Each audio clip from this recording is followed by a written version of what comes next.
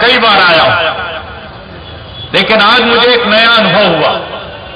पहले जब भी आता था लोग मुझे चुप चुप कहते थे, स्वामी जी यहां बहुत भ्रष्टाचार है, यहां गरीबों पर बहुत जुल्म है, यहां का न्याय कोई दिखाई नहीं पड़ता, सुनाई नहीं पड़ता, हम क्या करें, हम पिस रहे हैं। मैं कहता था बोलो, जोर से बोलो, तो कहते थे डर लगता है। लोग पहले डरते थे।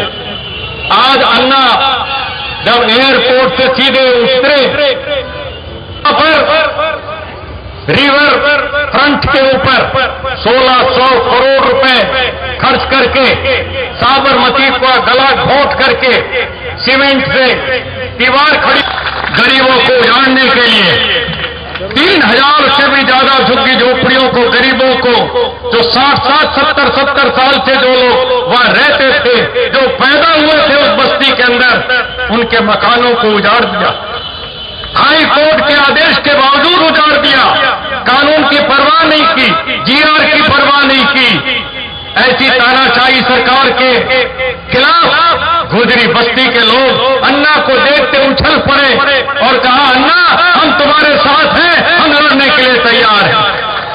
आज वो मेरी बहनें यहां पर मौजूद हैं, वो भाई मौजूद हैं। आज जब जन सुनवाई के लिए हमने पूरे गुजरात से, कच्छ काठियावाड़ से लेकर और सूरत तक, पंचमहल से लेकर सारे गुजरात के लोगों को जब हमने बुलाया, हम सबकी बात तो सुन नहीं सके, समय बहुत थोड़ा था, तो अपने हाथ में नहीं लेना चाहिए। सरकार जब अंबुजा सीमेंट को कच्छ की तरफ, काठियावाड़ की तरफ, और वहां पर ऐसे ऐसे कारखाने लगाए जा रहे हैं जो पानी पूरा का पूरा, जो पानी बना था सरदार सरोवर के लिए बनाया था, आज वो पानी फैक्ट्री वालों को दे दे करके भयंकर पानी खत्म करने वाली फैक्ट्रियां वहां लगाई जा रही हैं। मैं आपसे पूछना चाहता हूं, ये बात सच है कि गलत है?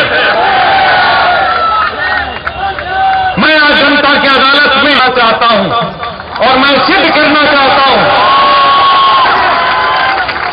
और आप एक एक मुद्दे के ऊपर इन बातों का जवाब दीजिए। जो जापान में अभी फुकुशिमा में हुआ, उससे भी भयंकर खतरा हो सकता है। लोग कीड़े मकोड़ों की तरह मर सकते हैं कि यह बांध बंद किया जाना चाहिए। मैं पूछना चाह करके, लोगों को डुबाया जा रहा है और 6,000 करोड़ का एस्टीमेट बता के 15,000 करोड़ रुपए का भ्रष्टाचार वहां पर लाया जा रहा है। स्वाति बहन का ये इल्जाम, ये सही है कि गलत है? जेनेटिक मॉडिफाइड बीज लाए जा रहे, मोनसांटो जैसी सबसे दुनिया की बदनाम कंपनी, और उसको ला करके गुजरात में थोपा जा रहा है।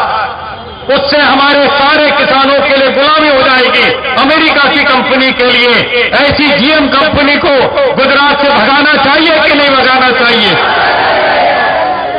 मैं पूछना चाहता हूं आपसे, स्पेशल इन्वेस्टमेंट जोन बनाकर जयेश पटेल जी ने बताया, खेडूत समाज के लोगों की तरफ से किस प्रकार से दिल्ली से मुंबई जो इंडस्ट्रियल कॉरिडोर बनाया जा रहा है, उसके दोनों तरफ किसानों की जमीनों पर कब्जा कर करके और कारखों दे करके किस तरीके से बर्बादी की जा रही है। ये सारी बर्बादी बंद होनी चाहिए कि नहीं होनी चाहिए? मैं पूछना चाहता हूं, 19 तब तक कोई गांव की जमीन किसी भी उद्योग के लिए, कारखाने के लिए, किसी काम के लिए नहीं दी जानी चाहिए। मंजूर है आपको? तो ये जो आप लोग मुकदमे का फैसला कर रहे हैं, हमारे किशोर भाई जो सूरत से आए, रोहित प्रजापति जी जो बड़ौदा से आए, बड़ौदा के रोहित प्रजापति ने बताया, गरीब मजदूरों के साथ अभी जो नाटक भी खेल के दिखा रहे थे, दर्पण एकेडमी के हमारे नौजवान, मजदूरी नहीं मिल रही है, न्यूनतम मजदूरी नहीं मिल रही मजदूरों को, और मजदूरों के लिए जो इंस्पेक्टर होते हैं उनकी संख्या घटा करके कम की जा रही है। मुकदमों की संख्या 600% बढ़ गई, और जबकि गुजरात के अंदर, और इस प्रकार मजदूरी छीनने का मतलब होता है बंधुआ मजदूरी लाना। मैं पिछले 32 साल से बंधुआ मजदूरी के खिलाफ लड़ रहा हूं, ये वाइब्रेंट गुजरात बन रहा है, और इसलिए हम इस मुकदमे में आप लोगों की सहमति चाहते हैं। पूरे सरकार पूरी जनता की आवाज को सुन करके अपने रवैये को बदले, और नहीं बदलेगी तो इसका जो नतीजा होगा वो सरकार को भुगतना पड़ेगा। जगदीश भाई पटेल ने, विपुल पांड्या जी ने और तमाम दीपक भाई जो दांडी से यात्रा करके आए, उन सब लोगों ने, और कपिल भाई ने, रमेश भाई जो गोधरा से चल के आए, हमारी बहुत बड़ी देश की जानी मानी जो इकोनॉमिस्ट हैं प्रोफेसर इंदिरा हिरवे, उन्होंने बताया कि विकास जिसको कहती है गुजरात की सरकार, उस विकास का मतलब जनता का विनाश है। गरीब गरीब होता जा रहा है और चंद अमीरों के लिए विकास का ढिंडोरा पीटा जा रहा है। अमेरिका से बुला के बड़े बड़े मीडिया मैनेजमेंट की कंपनियों को ठेका दिया गया करोड़ों रुपए में। इमेज बनाओ, इमेज, झूठा इमेज, इस प्रकार से झूठा प्रचार करके, एक प्रोपेगेंडा करके बताया जा रहा है वाइब्रेंट गुजरात, वाइब्रेंट गुजरात। लेकिन आज जब हम लोगों ने जन सुनवाई की तो सारा सुन करके 4 घंटे हमारे मुंह से क्या निकला? हमारे मुंह से एक ही बात निकली।